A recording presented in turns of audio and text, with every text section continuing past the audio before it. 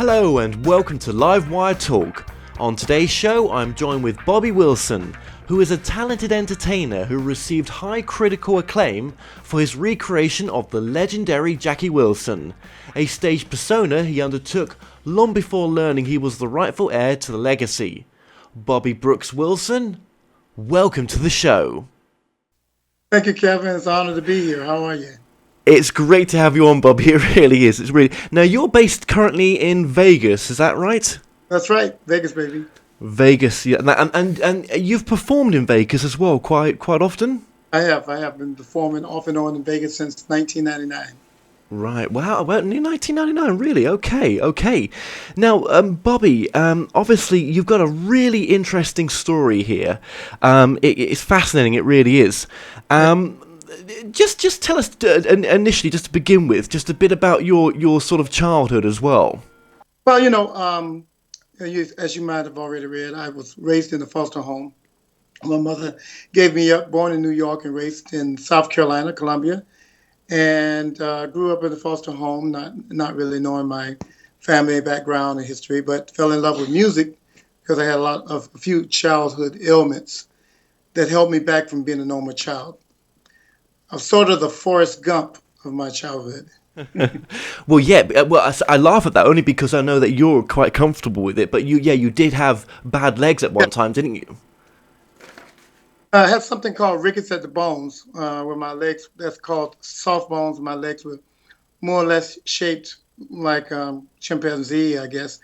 My knees were like elbows, and they went completely in the opposite direction. And then I had pigeon feet and club feet. And thank God for the social forms that were in place, because I was allowed to have my legs straightened out. They broke both my legs, put me in the cast, and then from there I wore leg bracelets up till I was 6 or 7 years old. So it's always been, it was never easy for you, was it? There was so much adversary, and yet, you plowed on, man. I mean, with growing up as well, you wasn't aware, I believe, that actually your foster mum wasn't actually your real maternal mum, was she? No, she wasn't. Strong woman though. She raised me in a good, solid base Christian home, and I was raised in the church and gospel music, and most of the time I listened to a lot of R&B music and heavy R&B music. I'm talking about Tyrone Davis, and which I didn't know at the time was Jackie Wilson, James Brown, Otis Redding, B.B. King, Bobby Blue Bland, just to name a few, and Sam Cooke, when Sam Cooke was with the Soul Stirrers. So that was my upcoming. That was my upbringing. But people said I had a rough time. At the time, I didn't know my life was rough. As far as I was concerned, it was normal. I was just being adjusted, and it didn't appear to me that I was going through a rough life at all. I wasn't. We didn't live in together. We had a nice home. My mom used to drive what I call the Batman Cadillac with the big fins. She had a black one, and then she had a white one. I remember both of them, the big fins on the back. But no, it was absolutely, pretty good. And she loved you, and you were in a loving home and everything else, and it was absolutely Right. it was good in that sense. But what I mean by just mentioning some of these things is really how aspiring it is for other people to hear what you've been through, and that they can make it as well in that sense. Definitely. It's inspirational. It really is. Now, gospel singing as well. So really, that gave you your basis, didn't it? In that sense, yeah. Well, when I was growing up, people told me to shut up a lot because they didn't think I could sing. So, but I would sing along with the music anyway. I was told I was very loud, and my mom used to tease me because she had what they call a Friday night fish fry. Are you familiar with that? Are you familiar with Friday night fish No, fries? is it an American thing or? The early American thing where nightclubs wasn't as a bigger deal. Everybody would go to someone's house. They would put on all the blues music, or the blue music, blue comedy. They would play a game of tonk, cards, poker, and they would fry fish. And it's always, and then play music and dance, and somebody would wind up getting drunk, and it was always fun. But it's called the Friday night fish fry. And I didn't notice, but my mom would always look at me and say, "It's not your party. It's not your show tonight. It's my show." And I'm like, "What is she talking about?" And as soon as I hear the doorbell ring, ding dong, I'm like, "All right, fish fry, fish fry." So I guess I put on the show Yeah, and I yeah, didn't yeah, know. absolutely, you man. I know, bet you was always the showman type, absolutely. And what was your passion? Was your passion in writing at all? Did you ever have a passion in writing your own music? I actually had a passion in writing, but didn't know I did. Going through elementary school, I got into British literature, believe it or not, and we had to write all these term papers and theme papers, and I really loved it. I found out once I started writing, the pen flowed for me. So, uh, but I didn't realize that I enjoyed it until I got Okay, much and sort older. of coming forward now, we're going to go back to your story because we have not finished yet at all. Coming forward as well, do you write anything now? Is that being I, I have tons of songs in my musical bank, I should say. I hear songs every day. I write every day, and my mentor Billy Roquel Davis, which was my father's cousin, he encouraged me when we met back in '97 to start writing, and he published one of my very first songs that was picked up by an artist at Columbia Records, a song called "Again." And so, yeah, I love writing music, and I hear the music. Sometimes let those hear, let those see that see, and I can hear the music during the night when I sleep, and I'll pop up out of the bed and Wow, write it man, all that's out. inspirational. That's channeled through you. That is, Bobby. That's amazing. Most definitely, Dad is still working with you. Most definitely. I I believe think so. I so. I believe think he so. is with you, man. Now, you served in the United States Navy. I just want to mention that as well because it's a proud Absolutely, part of your absolutely. time as well. And I bet you that helped you as well in a lot of sense. I mean, I know it was tough in some senses, but I mean, I bet. Well, I was raised in the South, and I wanted to get out. I wanted to see the world. I just couldn't believe that the whole world was the way we were living, and the way we were being treated, which is a whole nother story. So I joined the Navy, and I got married, and very young, joined the Navy, and that's when I opened up to the world and got to see a world's view of what Yes. life is about. Yeah, and it helped me out a lot. But when I was in the Navy, my plan was to stay in the Navy for 30 years and retire fat, dumb, and happy. But that wasn't but that didn't wasn't supposed to happen. be, was it? Because no, well, It I'm going to was. shoot forward now to Atlantic City in '97, where you got confirmation that you were Jackie Wilson's son. Yeah, that was a great story because I, I back up a little bit. I got started working with this doo-wop group in Waikiki called the Love Notes. It was a guy named Peter Hernandez saw me in a karaoke bar, which I didn't know it was karaoke. I actually thought it was a Japanese soup bar. Anyway, I was singing the songs, and he walked up and offered me a job with his group, which I didn't know it was a job. I thought it was for fun. So I joined the group and got groomed by Johnny Valentine, which was uh, his brother-in-law, Peter's brother-in-law. He had four kids at the time, and a little kid named Bruno, who was 6 years old, playing Baby Elvis in the show. His uncle Johnny was my first vocal coach and pretty much taught me the ropes. And then that show taught me the ropes. And of course, little Bruno has now grown up to become the pop Oh star my Bruno God! Mars that the world loves. And so from that show, I was picked up by Legends in Concert. Paul Revere and the Raiders and John Stewart came to see Bruno because they were opening a Legends show at the Waikiki Yep. in Waikiki. When they saw Bruno, they saw me, and they walked up to me and told me, "You look and sound like Jackie Wilson. We want you to do Jackie Wilson for us." So I did the audition for Paul Revere and the Raiders. Became my boss, and then I became his assistant. And then they sent me to Atlantic City because they felt like my character would be the strongest there.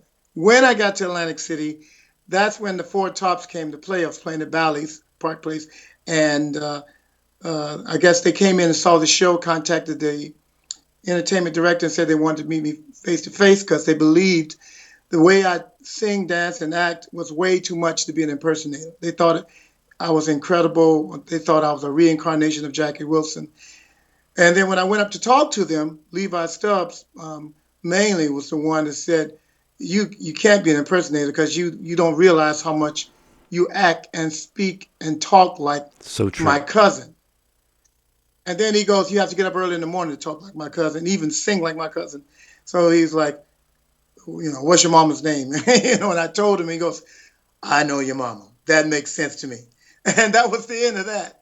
And from there, I was introduced to the whole family and introduced to the Motown family, introduced to the Wilson family, and I was accepted, and it's history. Now That's it's so history, beautiful. That now, Yeah, God, so many yeah. questions, not enough time. When you came to that acceptance in yourself that you was his son, because when Right. I look at a picture with you, and then we just put it on the screen now, you and your father next to each other, you do look so similar, right? But when that time, That's when you right. really did accept that, what did that do to your truth, as in the person that you was? Did you want to sort of help his legacy live on through you? Did you feel a certain Well, responsibility? well, in '95, right before I met the Four Tops, I was really pushing hard as a solo artist to become Bobby Brooks, the solo artist. And I tried to run away from the Jackie Wilson persona. And I stopped doing any impersonation shows and blah, blah, blah. And I remember I got sucked back in. Maybe I was gone for a year. I was working as a vacuum cleaner salesman for Kirby Vacuum Cleaners. And I was selling those $3,000 vacuum cleaners by putting on the show in everybody's house. Ba-da-ba-ba-da, vacuum cleaner. So, but I got a call from one of the producers in Hawaii saying, listen, I want to put a show together with you, Bruno, and his mother, Bernie. So I need you to go report to the showroom. We want you to do Jackie Wilson and blah, blah, blah. And I said, hey, man, I'm not in show business no more. He goes, yes, you are. And I remember asking God, why Jackie Wilson? Why can't I get away from Jackie Wilson? Because I was really trying hard to just get completely away from it and not be associated with it. I did get close with my records. With I got a what you call a Yeah, demo into Columbia Records. They love it, but they wanted me to finish the album with the producer, and that guy kind of skipped town after that. So that kind of the ball fell on that one, and then I was back into the showroom doing Jackie Wilson, and then I discovered why Jackie Wilson stayed around, and I couldn't yeah, get rid of it. And it's because I was destined to meet my family and my family members. I mean, growing up in the foster home, nobody looked like me, nobody talked or sound like me. My mother raised over 400 kids, so I saw all types of children, all walks of life, children with disabilities, children that were dying, and healthy children that were adopted maybe a week, 2 weeks, 3 weeks out of our home. So, but I was only one of four that stayed there until I amazing, turned 18. amazing. I was Yeah, never adopted. So, yeah, I tried to get away. So it took me a little while to accept it, and I went along with the continuing the tribute. And when I met some of the family members, they wanted me to continue the tribute to Jackie Wilson, which was easy for me because uh, it's something I wanted to do once I but found out that's who I such a special was. thing for them to to connect with you on that level, and for you to have the family that you never did as well. And it all they say life happens at 40, but I know it didn't. If you know what I mean, but yeah. I what you mean, especially Yeah, absolutely. 27. Very special in this case. There's a beautiful silver line. There's almost like a little movie here. Yeah, Yeah. made for TV, definitely. And but then, did you start to research your father? Because did it make you want to know more about him in a sense, and more about his siblings and what they went through? Well, when I started meeting the family, absolutely, and then I spent tons of hours with Billy Davis and Lawrence Payton of the Four Tops. I spent tons of hours with the Tops, Four Tops, and Temptations. One lady that really helped me out, like I call her my adopted mother, is Dionne Warwick. She really spent some time with me and talking to me, and it's a lot of people that reached out. We had someone said that it takes a village to raise a child, and it's true, it does. I had many mentors that came along the way, many angels that came into my life that helped me along the way. So I'm very thankful to God where I'm at, that I have the ability to put out my own music and also stand on the shoulders of my father and continue to promote his music. It amazes me and thrills me when I see people remember him and a tear comes in their eye. I remember 1967 and Paramount, Brooklyn Paramount. I remember when I saw him in XX in 1963 or 67 or whatever year it is. It's amazing that I can bring joy to people through my dad's memory and through his music. So, and now that my music is taken off, it feels really, really good to be able to continue the tradition that he may not have known he started. So It's his gift to you in a sense, because he's given you I mean, you had your platform, but he's helped you along the way. Even though he's not absolutely, here, he's here in spirit, isn't he? absolutely. Every day I feel Yeah. him around, and the music, and those spiritual signals to let me know Most he's here. definitely. Most So it's a matter of just staying focused, and I think my greatest days have not come yet. So we're looking forward to some fun. That's the feeling I get for you as well. Most definitely, most definitely. So the journey is only just beginning. It really is. And it's easy for some people to say, well, no, it's been a bit of for when they're on their own journey. But if they look at what you've gone through and for yourself, I think so. Now, Right. and just to say, Jackie never had the easiest of lives. I don't think. No. It really didn't. I mean, he died at 49, which is nothing nowadays, is it really? Right. Right. Right. Yeah, he had the heart attack stroke around 39, and then uh, in the Latin casino, and then he really never came back. And by all intents and purposes, uh, had it been this day and time, they probably would have pulled the plug after 3 or 4 days. Yeah, yeah. He, Actually, how old was he when he passed? he was 49 when he Oh, he passed, was right. Yeah. but he was struck down 10 years earlier, so he really hung around for 10 years, and he died of pneumonia. So Right. it was a terrible way to linger around for 10 years after that stroke. You But know, then you look at the happiness he gave people through his music and still does. yeah, yeah. Because if you look at his life was short. As far as his musical career was great and large. God, I mean, And if you look at it, he Elvis Presley, Bruce Springsteen, James Brown, Michael Jackson were all inspired by him. absolutely. And now me. Absolutely, and yourself as well, and the full circle journey you've been on. Where are you now in the sense of any albums as well? Well, we are on a verge of releasing some singles in the UK from my first album. It's About Time. I'm with the Nashville label called Plateau Music, and we in America we released 4 singles that all went to number 10 in the adult contemporary charts. So we're about to release a couple of singles there, and seeing where it goes. Well, Bobby Wilson, thank you so much for joining us today. Thank you, sir. Thank you for having me. I look forward to being in the UK very, very soon. Well, we've come to an end on tonight's show. Thanks for joining us, and we'll catch you next time.